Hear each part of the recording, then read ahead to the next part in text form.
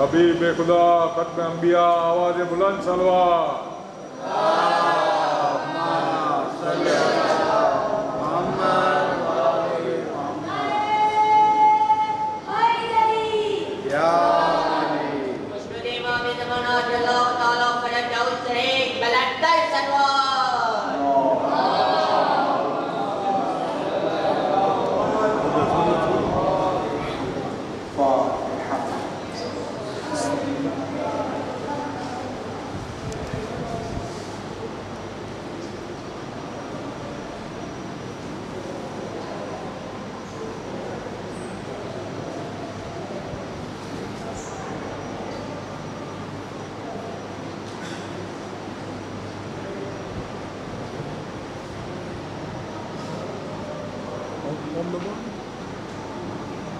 لا حول ولا قوة إلا بالله العلي العظيم حسبنا الله ونعم الوكيل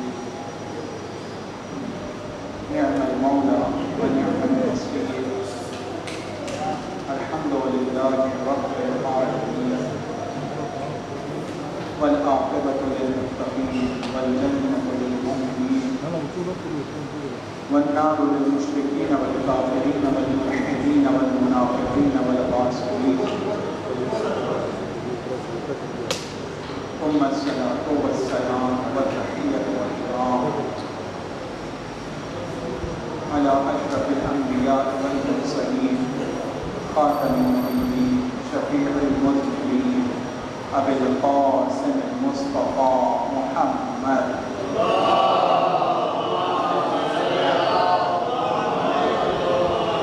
وعلى آل بيته الطيبين الطاهرين المعصومين المعصومين المنتجبين المنتخبين واللعنة الدائمة على أعدائهم أجمعين من يومنا هذا إلى قيام يوم الدين أما بعد فقد قال الله تبارك وتعالى في كتابه الكريم أعوذ بالله من الشيطان الرجيم بسم الله الرحمن الرحيم وجعلناهم أئمة يهدون بأمرنا وأوحينا إليهم فعل الخيرات وإقام الصلاة وإيتاء الزكاة وكانوا لنا عابدين صدق الله العلي العظيم صلوات الله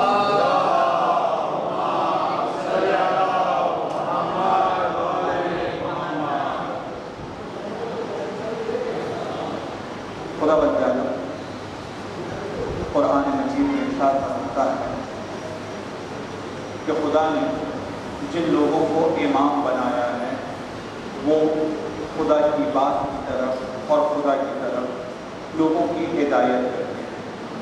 خدا وند عالم جن لوگوں کو امام بناتا ہے خدا ان کے اوپر وحی نازل کرتا ہے، فعل الخیرات اچھے کاموں کو انجام دینے، نماز کو وفا کرنے کی اور زکوٰۃ ادا کرنے۔ خدا کہتا ہے کہ یہ لوگ جن کو میں نے امام بنایا ہے، ہم نے امام بنایا ہے، یہ ہمارے عبادت گزار بنتے ہیں۔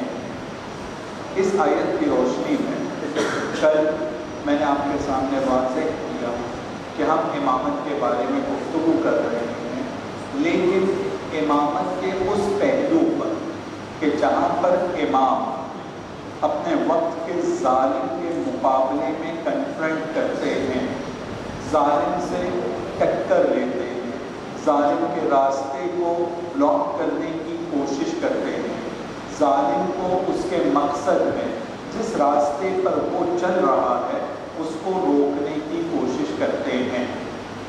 الگ الگ زمانے کے اماموں کو اور حالات کو گفتگو کرتے ہوئے میں نے آپ کے سامنے کچھ نکات کو پیش کیا تھا۔ معاویہ امام علی علیہ السلام کے ذکر کو مٹانا چاہتا تھا، معاویہ علی علیہ السلام کے نام کو مٹانا چاہتا تھا۔ تو اس زمانے میں جو امام تھے جیسے امام حسن مجتبیٰ علیہ السلام،